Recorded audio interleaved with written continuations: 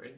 Yep. So Monday is a strength challenge. I don't know if you've ever seen Strength Wars, but it's kind of like that. Is the idea anyway. So just gonna light up, like warm up, however you want to do that. Light jog or some dynamic stretching is key. Just like stuff like kicking your leg up and then grabbing it back. So that's dynamic stretching. Hang on to something when you do it. But either way, just warm up by moving. But don't get fatigued at all. And then you're going to do this as quickly as possible. So grab a stopwatch of some sort. You can do that dumbbell bench press. So 70% of your body weight as the total weight, and split that between the two dumbbells as closely as possible. This should be really difficult to get the 20 reps in. You shouldn't be able to do it like all at once. At least not easily. So you should be grading yourself to that point, even if you do get it all done. So if it's impossible, lower it. If it's not enough, increase it. But I think this was my best guess so far. So, and then do a barbell squat, and then put your equivalent body weight on there. If that sounds like too much, again, you can adjust that. Then you do 20 of those. Then you do a farmer's walk. So you grab the two 5-pound plates. And just grip them together like this. Don't be grabbing around the plate at all. If there's any holes or in the main hole in the middle, don't grab it like that. Just squeeze them together. If that's too easy, upgrade to two 10-pound plates. And then just walk around for the minute. And then once that's gone, I skipped the shoulder press. But so you can do 50% of your body weight either with a barbell or dumbbells. I don't care. And then continue on. Farmer's walk will be the end, then just be done. You'll be done for the day. So just record that time. And then Tuesday, you're familiar with most of the workout. The only added thing is a few additional reps on some and additional seconds on the hold. And then you're going to get the kettlebell squat push press. It's going to be, you're going to hold the kettlebell like this. So when you go down and when you come up, just push it out and in front of you a little bit. Come down. It should never still drop below here. One thing that I did not mention previously, when you hold this out in front of you, don't be like holding it against you or like resting your arms on your stomach or any kind of stuff.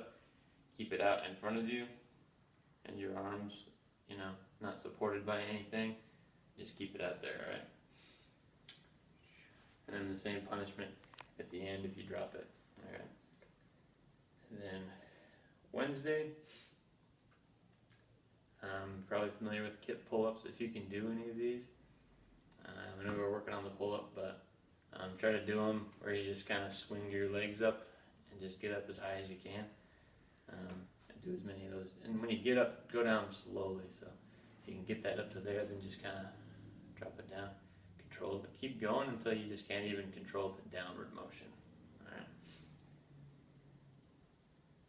And then I said if you do the assisted pull-ups on the machine, just drop it 10 pounds or whatever you did last. Just so it's a little harder. And then the barbell dead row is, okay, I'll show you with the broom.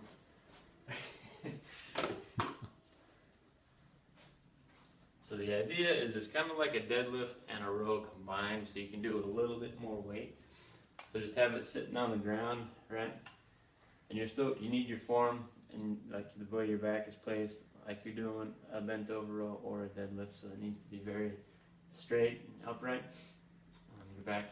And then at this point, you're just going to do like a little bit of a deadlift, and then you're going to row like at the same time. So then you'll drop down and then come up. Okay, so that's the idea. So a little bit extra leg involvement, and you can also do more weight for your back. So you'll continue on that way. Then the horizontal Y raises. If you have those like those back extension machines or something you can lay out on, where you have your feet pinned back, but you're going to be laying out. So like, I'll just do it on the couch for instance.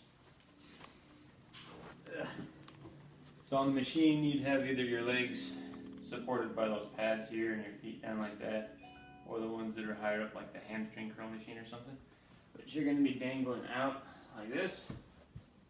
So your torso is horizontal to the ground, and then you're going to grab a couple of like 5-pound dumbbells or plates. Then you're just going to do this. And just pause at the top so it's like a Y. See here? Okay. So your low back is staying engaged the whole time. Just go till you fail at that point. Then straight arm push downs. So just grab like a lat pull down machine, and you're just gonna hold your arms out and just bring it towards you. Actually stagger the legs a little bit so you're not like, swinging around. So just something like this, pull it down to here. Make sure you're using your lats to get that work done. And then the kettlebell alternating swings.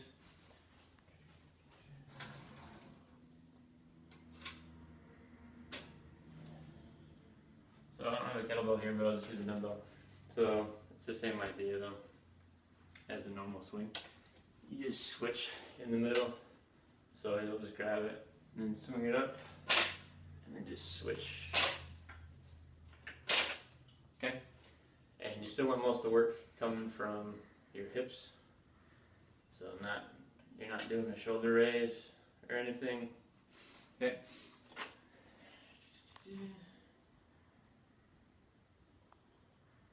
And then you're going to get back on that either hamstring curl machine or back hyperextension machine. Either way, hold yourself out parallel again, but you're going to have the kettlebell, grab it from the top, and you're just going to do rows. Don't go too heavy on that. Do like 20-30 pounds, and do them really slow, because the point is still targeting the back, the erector muscle. So, and do that till you fail. Once again.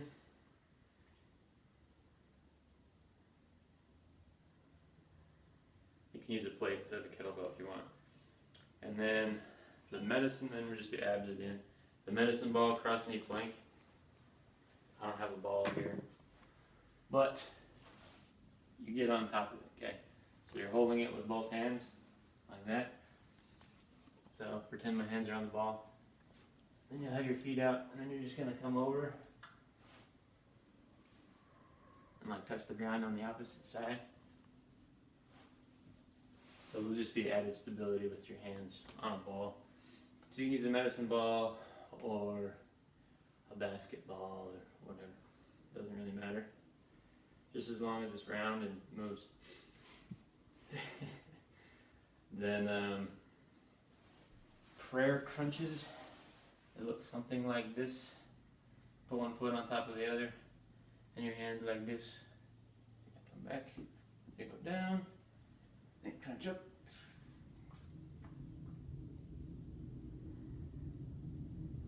And then the next set you do, just switch. But both the top and bottom go down and up at the same time. And then 21s. These suck, but they're good. So you grab, you don't have to use anything, but if you want to use a medicine ball or something, you can. But you're going to hold it over your head, or just your hands over your head. Get your feet up. Come up, touch one leg, do the other, and do both.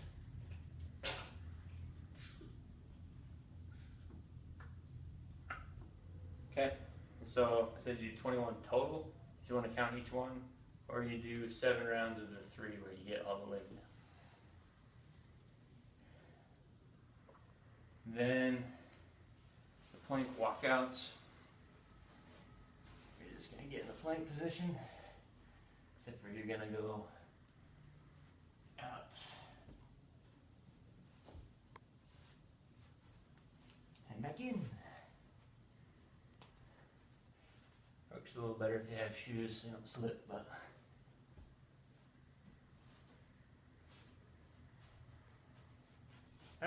just out and back in. Try to pause a little bit out and then come back in. And make sure your back's not dropping. Okay, then rest and repeat. Okay. Now, the sunrise, sunset, kind of cool. So this is with the kettlebell as well. So if you can picture the shape, the heavy part here, and the handle, you just hold it here. Both sides just above the weight itself. I'll just use the dumbbell. And all of the momentum work and everything done here needs to be done with your core rather than your arms and stuff. So you're going to be swinging. This isn't very heavy, so you're going to come down and then you're going to rotate through with your core and keep it tight so you don't take off. And just bring it down, kind of decelerate a little bit, and then so let your arms just kind of move, but you're contracting that core as you swing through both ways. It'll actually get more tiring than you think. Maybe 10 in each direction, and then do a speed rope. If you have access to a jump rope, use it. If not, just act like it. Do the little hops just as quick as you can for a minute. And then, if you do have the speed rope, I mean, you can do two-legged and then do one-legged and then do the one-legged. You can hop back and forth or forward and back. However you want to do it. If it's just really boring in one spot, then switch it up, you know. Depends on how good you are at jump rope, you know, how much you want to play with that. Mountain climbers, I assume you know, but I'll do it anyway. It's just these guys. Okay. So one leg off the ground at all times. And then windshield wipers again. You saw those, so you know what they are. Just as you do them, like I don't know how you did them previously, like if your knees are bent, that's okay. Just gradually extend them out. And as far as like stabilizing here, you asked about it. You have your hands out to keep you from going like too extremely far. But I think I may have confused you. I said don't let your back leave the ground.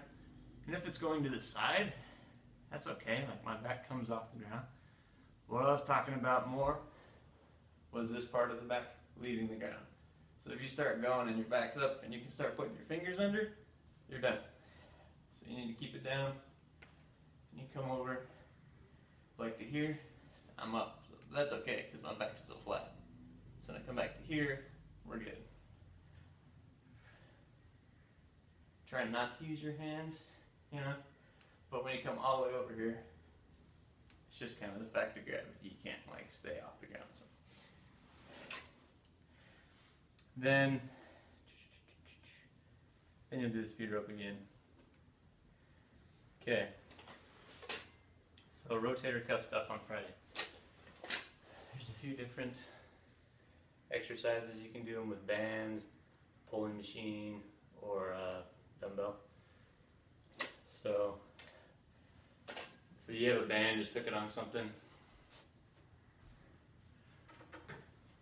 If you have something like this, you can just stand here with it and just go out. And there's also, you hold it in front of you, get your hands up, and go up, and then rotate those thumbs back to the side. Come to the forward, go back out. So this will just get like that whole posterior chain, but just get that external rotation going. And you can do the band, do the sideways stuff. Go hook it on the squat rack or something or whatever. Or you can use the dumbbell itself. Just lay on a bench or the floor and just do the rotations. And then, yeah. So I don't know where some of the shoulder pain is. I'm assuming that's probably one of the places it is. And the other, this is too heavy for us this side.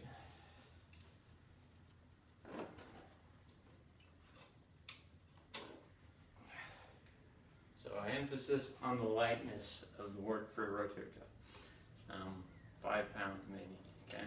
So for all of that, the rotation and everything, you're just gonna go till you're really fatigued. So if that's 20, 30 reps, so be it.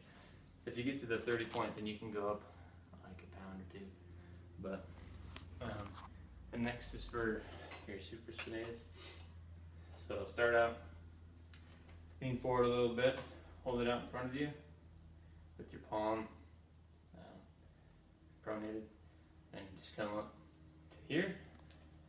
So you're coming to here, back out, and back up, okay? And then after that one, you'll actually rotate your hand down like this, but the same movement, okay? And it's still important that you're staying bent over, okay? You probably have 2 dumbbells, I don't, but that'll work, okay?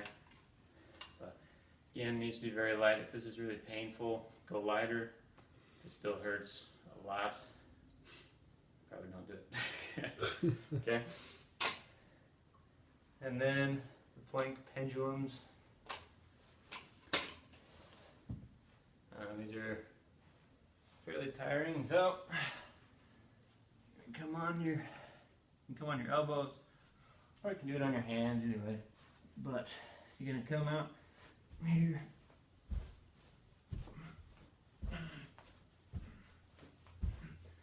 Okay, just back and forth, so it's gonna be from one extreme to the next, back and forth. It's kind of a jump and then a swing with your abs. Do it from a different angle.